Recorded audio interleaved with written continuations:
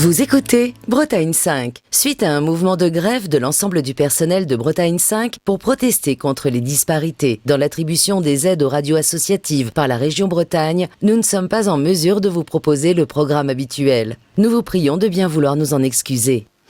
Voilà, vous l'avez entendu, cette voix de la grève sur l'antenne de Bretagne 5, voix que vous entendez depuis vendredi, puisque Bretagne 5 est en grève, vous l'aurez compris, avec néanmoins une matinale un petit peu écourtée et un petit peu perturbée, il faut bien le dire. Vous écoutez Bretagne 5, 1593 kHz. En moyenne, il est 8h30. Bretagne 5, l'invité du 7-9.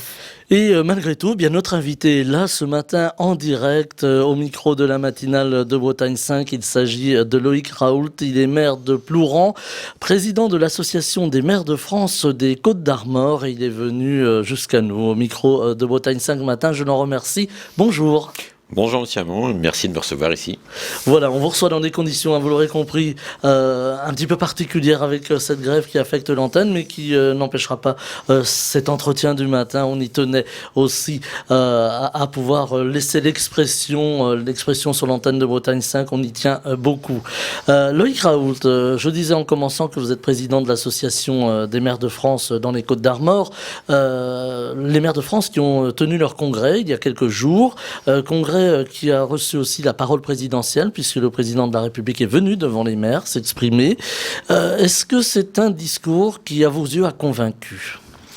Alors, il était important que le président de la République puisse revenir s'exprimer devant les maires. Alors déjà, le fait qu'il y ait un nouveau congrès cette année, après cette année d'interruption liée à la situation sanitaire.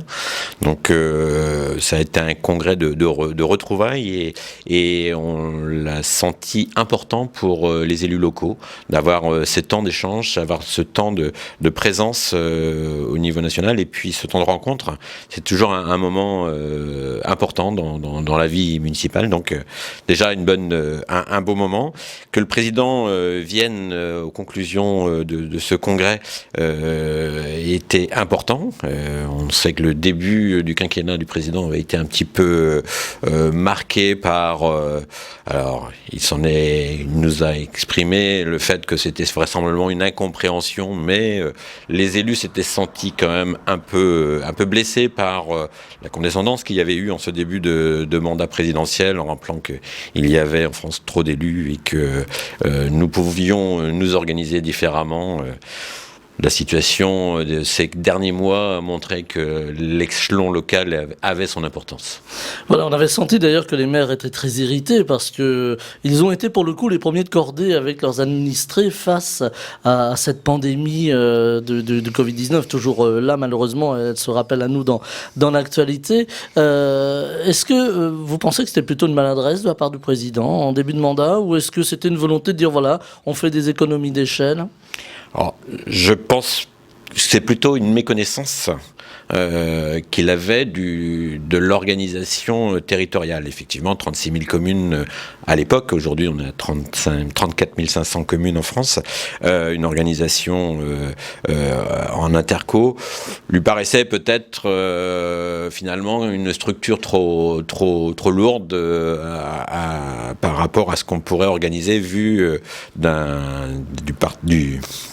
vu de Paris. Je pense qu'il a appris, en fait, et cette crise lui a appris que finalement, la nécessité d'avoir un échelon local de proximité, de réactivité, et le couple, il l'a rappelé d'ailleurs, le couple maire-préfet a très bien fonctionné. Il a mis du temps à se mettre en route, mais il a très bien fonctionné pour répondre à cette question. Et le président Barouin, qui a quitté son mandat, là, l'a rappelé, l'État a fait ce qu'il a pu, mais les maires et les intercos ont fait le reste.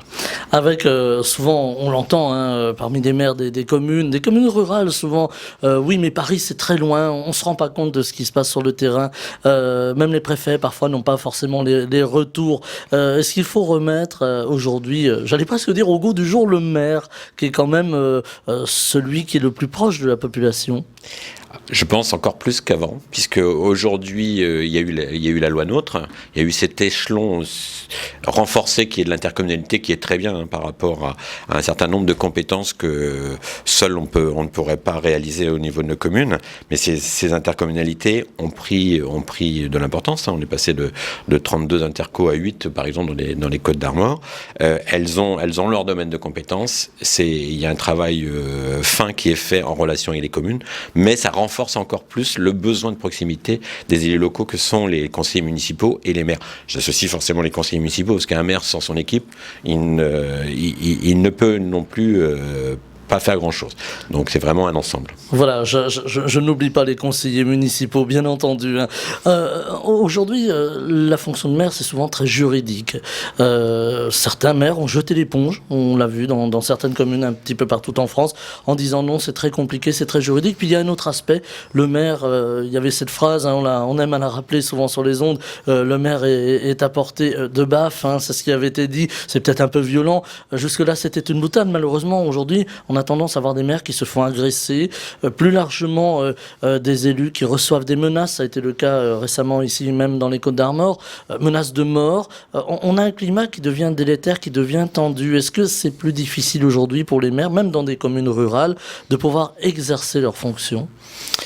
Alors, vraisemblablement à l'échelle nationale, il y a des tensions beaucoup plus fortes dans certains territoires qu'heureusement dans les Côtes d'Armor, on est encore, je pense, un peu privilégié. Malgré tout, il y a quelques signes qui montrent que, effectivement, l'exigence des résidents peut être aujourd'hui exacerbée et que, finalement, comme vous le dites, l'élu local, et c'est le premier, est à portée de baffe, comme on aime à le dire, le premier qui peut recevoir, finalement, toutes les récriminations que le citoyen peut avoir, alors pas forcément par rapport à son élu local, mais c'est le premier élu qu'il va croiser. Donc il va lui faire le reproche de tout ce qu'il peut vivre et tout ce qu'il ressent par rapport aux politiques nationales. Et certes, donc du coup, le pouvoir central, l'État doit avoir ce souci d'écouter justement le terrain et les élus locaux pour entendre cette petite musique, ce petit bruit de fond qui fait que, eh bien, on en arrive à des situations, et nous parlerons, j'imagine, tout à l'heure, peut-être des élections présidentielles qui arrivent. On va y venir, oui. Mais effectivement, cette musique qui pousse les extrêmes et qui fait monter les extrêmes n'est pas étrangère à cette situation. Cette violence que l'on ressent. Il y a aussi une autre forme alors de violence, ce sont les incivilités. Aujourd'hui, on voit des maires qui sont obligés de batailler pour que les poubelles ne soient pas jetées dans les fossés ou pour essayer parfois même d'alerter les forces de police autour de trafic de drogue ou trafic en tout genre. Est-ce que c'est une nouvelle façon aussi là d'exercer son métier de maire ou d'élu plus largement ? Le maire est confronté au quotidien à ce genre alors, je vous rassure, c'est pas Chicago encore dans nos territoires. Mais il peut être, et puis comme il y a quand même de la tranquillité dans nos communes rurales, les petites communes, la moindre civilité, peut être prise comme finalement une crainte que ça se dégénère encore plus. Malgré tout, on le voit bien que la fonction de maire, c'est bien une fonction et d'élu municipal est de plus en plus difficile. Et le renouvellement électoral, plus de 40% de nouveaux maires quand même à ces dernières élections, montre qu'il y a un bon nombre, certes. Peut-être qu'ils arrivaient aussi, qu'ils avaient fait leur parcours, mais un bon nombre aussi ont lâché parce que se poser la question, est-ce que l'enjeu en veut, la chandelle en veut l'enjeu, ou l'enjeu en veut la chandelle, pardon. C'est pesant, une fonction de maire. On le fait par conviction. Malgré tout, c'est beaucoup de sacrifices. Alors, je suis pas là pour me plaindre, mais c'est un sacrifice professionnel, c'est un sacrifice familial. Il faut être et donc, on se dit qu'avec toute l'énergie qu'on y passe, effectivement, cette énergie-là, à son propre compte, pourrait être beaucoup plus rémunératrice, non pas financière, mais intellectuelle. Voilà. Souvent aussi, le maire, on s'aperçoit qu'il n'y a pas d'enjeu politique, quelle que soit l'étiquette du maire. Peut-être dans des grandes villes, dans des grandes métropoles, c'est peut-être plus marqué, mais en tout cas, en zone rurale, dans les campagnes, le maire, qu'il soit de droite, qu'il soit de gauche, c'est d'abord le maire. On le tutoie souvent. Tout à fait. Et alors certes, pendant le moment électoral, on peut avoir ce type de débat. Mais je veux dire, aujourd'hui, quand vous êtes maire de votre commune, vous êtes maire de l'ensemble de la population. Et la problématique, elle n'est ni de droite ni de gauche, elle est de bon sens. Et c'est l'intérêt général qui prime. Et quels que soient les maires, et même dans les plus grandes villes, hein, même s'il y a ce jeu d'étiquette politique, quel que soit, une fois que le maire est en fonction avec son équipe municipale et même avec son opposition ou sa minorité, parce que ça dépend comment ça se positionne, eh bien c'est toujours l'intérêt général qui prône et qui est là, quelles que soient les étiquettes. Alors on parlait tout à l'heure des complications, parce qu'il faut bien qu'il y en ait quelques-unes, elles sont juridiques, elles sont techniques parfois, et on entend souvent dire, ah oui mais alors de mon temps, j'allais voir le maire, je lui disais il y a une buse qui est cassée parce que le tracteur de Jean-Louis est passé sur la buse, le maire envoyait le cantonnier qui changeait la buse et les choses étaient faites. Aujourd'hui, il y a toute une paperasserie administrative, un encadrement compliqué. Est-ce que vous regrettez ce temps-là où on pouvait agir, et est-ce qu'on peut encore justement, quand on est maire, agir sur des petites choses comme ça du quotidien? Si la buse de Jean-Louis est cassée et qu'on vient prévenir la mairie, à mon avis, la buse va être remplacée rapidement sans trop de tracasseries administratives. Pour autant, effectivement, il y a un certain nombre de compétences qu'on pouvait exercer vraisemblablement avec plus de proximité, et notamment sur l'organisation territoriale spatiale de nos collectivités à travers les documents d'urbanisme, PLU qui était plan d'occupation des sols en son temps, aujourd'hui plan local d'urbanisme dans un temps encore présent, et puis demain plan local d'urbanisme intercommunaux, puisque c'est à cet échelon-là que va s'organiser l'organisation urbanistique de nos communes, et les gens peuvent avoir l'impression que ça s'éloigne du centre de décision. Pour autant, c'est pas tant l'organisateur de l'organisation urbanistique qui s'éloigne, c'est le fait que des réglementations viennent s'ajouter, se surajouter à cette organisation. Quand vous faites un plan local d'urbanisme, certes, il se fait à l'échelle d'interco, et c'est plutôt bon sens puisque ça donne une cohésion sur un plus grand territoire.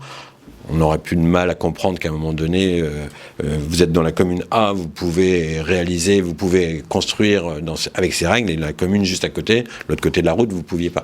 Donc il y a une cohérence. Elle est harmonisée, finalement. Elle est harmonisée. Pour autant, quand vous faites un document de ce type, eh bien, il y a différents échelons. Il y a d'abord la cohérence territoriale, le SCOT, il y a le PLU, il y a le PLH, pour le programme d'habitat, il y a la loi littorale pour les communes concernées, il y a l'organisation du logement, bref, beaucoup de strates. La volonté aujourd'hui exprimée par l'État, et on peut le comprendre, du zéro artificialisation nette qui va venir s'inscrire. Alors, on nous parle de 2050, voire 2040 dans le cadre de la région Bretagne. Et donc tout ça, ce sont des enjeux supplémentaires qui font que l'urbanisme le terrain d'urbanisme va se raréfier, et pour autant on nous demande d'accueillir une population sans cesse plus nombreuse, notamment en Bretagne et notamment sur la frange côtière. Donc des vraies problématiques.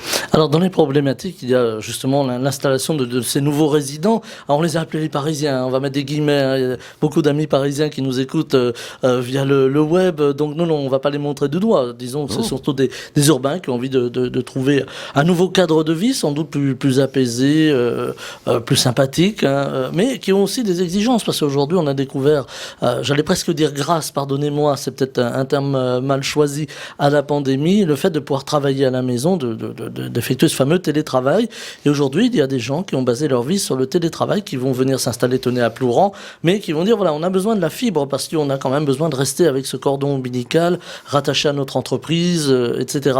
Là aussi, ça amène pour les élus locaux, pour le maire en l'occurrence, le fait de pouvoir demander des équipements plus rapidement, et c'est pas toujours simple. C'est pas simple, mais il faut le prendre du bon côté de la chose. Effectivement, ça va permettre à nos territoires aussi d'être plus en compétition avec les grandes villes où on trouvait a priori tout. Mais ici, nous avons un cadre de vie qui est accueillant. Et donc, accueillir des populations nouvelles sur les territoires, je crois que c'est plutôt une chance pour nos communes. Effectivement, après, il faut qu'on s'organise. Il faut s'organiser, être capable de pouvoir les accueillir, de proposer de l'immobilier, de l'achat de terrain, mais à des prix compétitifs, tout en ne désorganisant pas non plus la capacité à nos propres populations de rester vivre et s'installer sur notre territoire. Faut pas que ça se fasse au détriment des habitants. Tout ça, c'est à mesurer. Et puis après, c'est des équipements. Et effectivement, vous parliez de la fibre. Alors le télétravail, la crise sanitaire, le télétravail a fait qu'on s'est découvert qu'il y avait possibilité d'organiser sa vie et son travail différemment. Et donc aujourd'hui, on sent cet élan pour venir vivre en Côte d'Armor, en Bretagne en général, mais en Côte d'Armor et en Plouron en particulier, pour pouvoir, mais à condition qu'on soit accueillant, qu'on ait les équipements techniques, donc la fibre, mais ça arrive, hein, le Bretagne très haut débit est en route et même si s'il y a eu un peu de retard, aujourd'hui les choses s'accélèrent. Bon, nous, en 2026, normalement, tout devrait être terminé. Ça peut paraître encore loin, mais finalement, ça se développe. Et puis, il faut aussi d'autres équipements. Il faut que les écoles soient en capacité de pouvoir accueillir les enfants des gens qui arrivent. Donc, il faut qu'elles s'organisent. Et puis, surtout, la problématique majeure qui me semble être celle du moment, c'est une capacité à offrir un plateau sanitaire de qualité. Et que eh bien, la démographie médicale est un vrai enjeu, une vraie question pour notre territoire.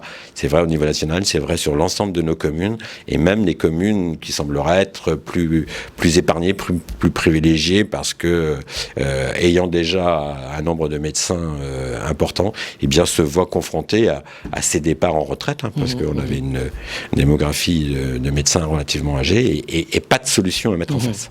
Alors, Loïc Raoult, vous mettez le doigt sur ces fameux déserts médicaux, bien entendu, ces déserts médicaux. On s'aperçoit effectivement que ça touche aussi des villes, des villes comme Saint-Brieuc ou comme Guingamp. On voit effectivement les médecins partir à la retraite. Alors, il y a eu la construction de ces maisons médicales qui permettent d'avoir plusieurs médecins ou infirmières ou en tout cas des thérapeutes qui sont là. Est-ce que c'est l'avenir aujourd'hui pour les campagnes ?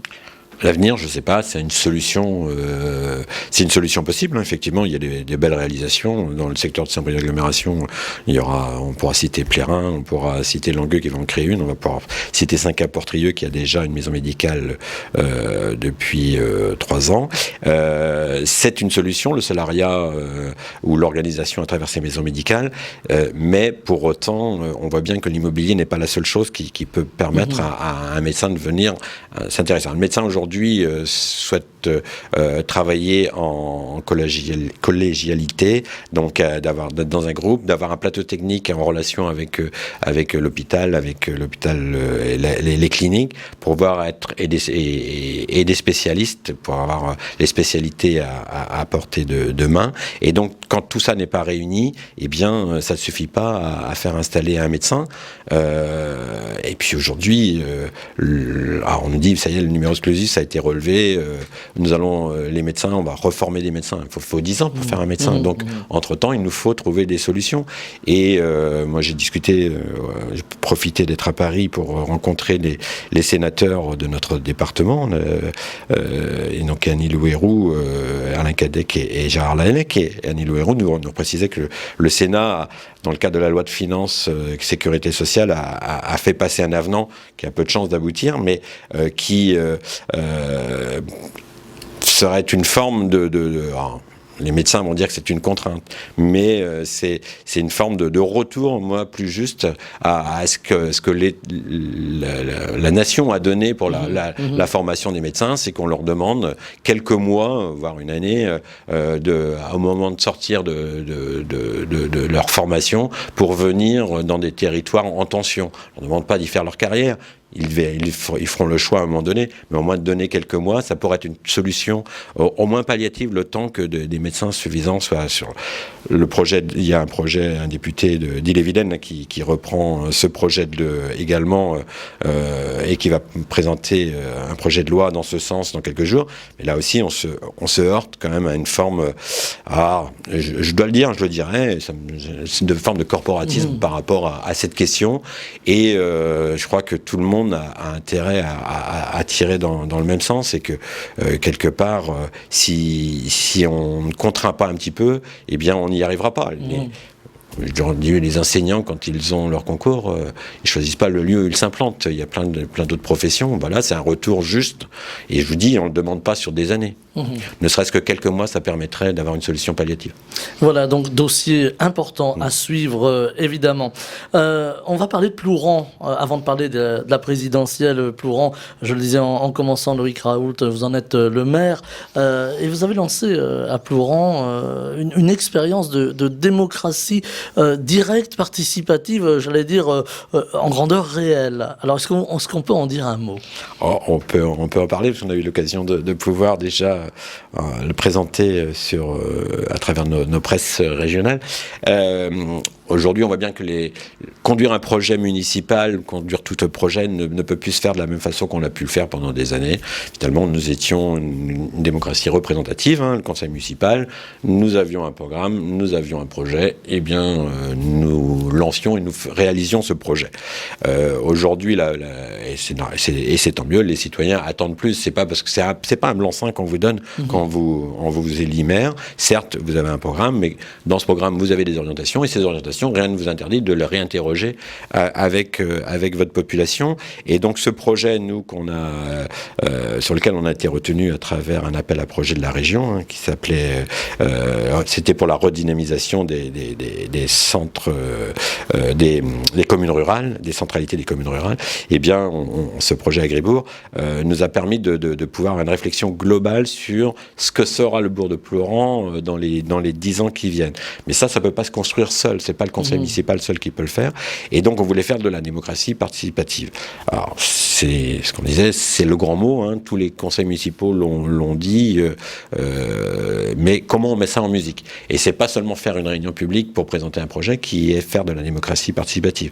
Donc, on s'est appuyé sur le concept de démocratie partagée, et notamment de se dire que il y avait des parties, en s'appuyant sur des parties prenantes, on pouvait faire à la fois de la concertation et de la consultation. Consultation, on consulte sur un projet défini. La concertation, on construit le projet ensemble. Et alors, on ne peut pas le construire avec toute la population, mais on le construit avec ce qu'on a appelé les parties prenantes. Sur tel ou tel sujet, vous déterminez quel groupe est partie prenante. Par exemple, là, si on est sur l'aménagement de notre centralité de bourg, on sait que rien ne peut se faire s'il n'y a pas le groupe des commerçants avec nous. Rien ne peut se faire si le groupe des riverains n'est pas avec nous. Rien ne peut se faire si les usagers qui traversent, et notamment, puisqu'on est dans une commune rurale, le monde des agriculteurs, est contrarié par le projet de traversée de bourg. Et donc, on a réuni ces trois groupes.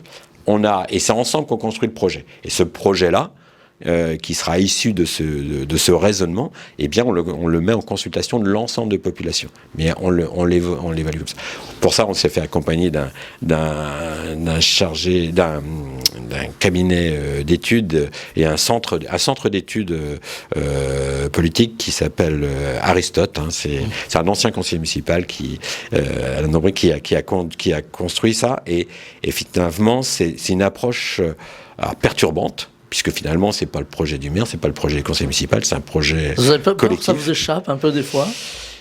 Eh bien, s'il nous échappe, c'est que c'était pas le bon projet. Donc, et voilà. Et alors, on nous dit aussi, vous allez perdre du temps. Moi, je suis pas sûr. Je pense qu'on va gagner du temps. Le temps qu'on aura perdu avant, on le perdra pas à devoir s'expliquer, de devoir se justifier sur un projet qui n'aurait pas été partagé.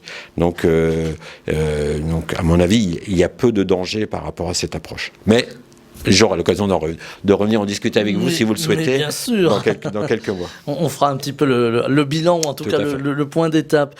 Justement, aujourd'hui, on entend dans le contexte qui est celui qu'il est en France, contexte tendu, à la veille de cette élection présidentielle, qui finalement ne s'annonce pas tout à fait comme les autres, ou en tout cas tout à fait comme on aurait pu l'imaginer.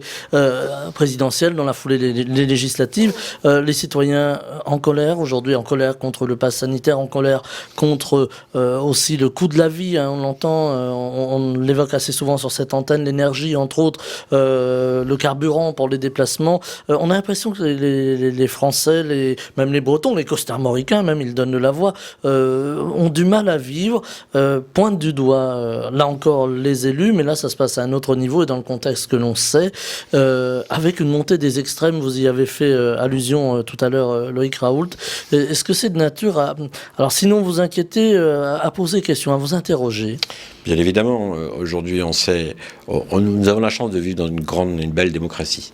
Et on l'oublie des fois qu'elle n'est pas venue comme ça et qu'il a fallu des combats pour pouvoir l'atteindre. On a la chance de pouvoir tous voter, s'exprimer. Donc ne gâchons pas cette possibilité. Maintenant, il faut faire confiance à des élus qui sont en capacité d'être en responsabilité, capables de porter un projet pour la France. Pas un projet égoïste, un projet qui s'ouvre et qui soit partagé par tous et pour tous.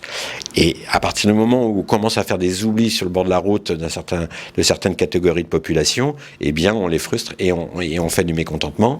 On les fait, dans le moins mauvais des cas, simplement s'éloigner des bureaux des urnes. Dans le plus mauvais, on les fait monter et être en colère et manifester leur inquiétude et leur colère à travers soit ne pas aller voter, soit occuper et manifester, soit aller voter pour des extrêmes qui ne sont pas la solution. Ils n'apportent pas de solution. Ils font état de difficultés, ils jouent sur les peurs des gens, mais ils n'apportent pas de solution. Donc la responsabilité des élus et des futurs candidats à la présidentielle, qui sont vraiment, qui ont l'esprit démocratique et l'esprit d'un projet pour la France, et bien c'est d'être vigilant et à n'oublier personne sur le banc de la route. Donc pour ça, il faut aussi qu'il y ait une vraie répartition de la richesse. Et aujourd'hui, force est de constater que les écarts entre les plus modestes et les plus riches, il ne fait que se creuser.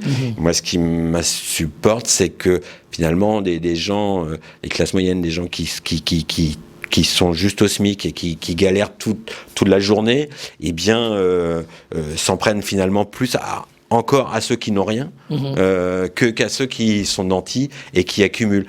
Et on a plutôt tendance à se dire, ah bah oui, regardez ce qui ne veut pas dire qu'il y a des gens qu'il n'y a pas de gens qui profitent du système, mais ils sont quand même minoritaires. Et s'en prendre à quelqu'un parce qu'il touche le RSA et qui semble soi-disant vivrait mieux que celui qui a le SMIC, je pense que la personne qui touche le SMIC se trompe de cible. Et il faut regarder où est l'argent, puisque là, nous sommes dans un pays riche, le quoi qu'il nous en coûte nous l'a prouvé. Et finalement, l'investissement qui a été réalisé, il se traduit, et c'est pour ça qu'il y a eu des choix difficiles, mais qui ont été portés, et on peut saluer quand même l'action du gouvernement et du président de la République, en l'occurrence. Nous avons une économie qui va bien, malgré tout, cette crise, qui redémarre assez rapidement, et donc, pour autant, les fruits de cette croissance, ils doivent profiter à tous, et pas seulement à quelques nantis. Alors on a souvent le sentiment, et on va arrêter là-dessus, parce qu'il ne nous reste plus que 2 petites minutes, même en grève le temps, vous voyez, passe vite. On a le sentiment quand même d'une fracture, alors fracture économique, fracture aussi avec les élus ou la presse, on l'entend aujourd'hui, les élus tous pourris, la presse, les journalistes tous pourris. Est-ce que ça va être facile de recoller les morceaux, quel que soit le président ? Eh bien, non, ce ne sera pas facile. Pour autant, quel que soit le président, je pense que justement, et là je reprends ma casquette de président de l'AMF des Côtes-d'Armor, représentant les maires et les élus et des intercos de ce département, il faut que l'État ait une confiance absolue dans ces élus locaux qui sont loyaux par rapport à l'État. Et nous pouvons faire ce lien avec les politiques. Quand on voit l'organisation et autour de la santé, la question sanitaire de ces derniers mois, je veux dire, on a montré qu'on était capable de faire et on ne mettait pas l'État en défiance. Faut cet État qui paraît bien souvent trop jacobin a peur finalement de ses élus locaux et a peur de pouvoir qui disparaîtraient. Mais quel pouvoir nous pourrions lui prendre ? Et donc effectivement, s'il fait confiance au territoire territoire et aux élus locaux, eh bien, il y aura un retour. Ça passera vraisemblablement par une autre organisation encore, peut-être aller plus loin dans la décentralisation sur certains sujets qui n'ont pas lieu d'être des sujets nationaux. Et c'est là-dessus que l'on va se quitter. Loïc Raoult, je rappelle que vous êtes maire de Plouran dans les Côtes-d'Armor, président de l'Association des maires de France des Côtes-d'Armor, la MF22. Vous étiez notre invité en direct ce matin. Je vous en remercie, je vous souhaite une très belle journée. Merci à vous Stéphane, bonne journée. Bretagne 5, le 7-9, Stéphane Hamon.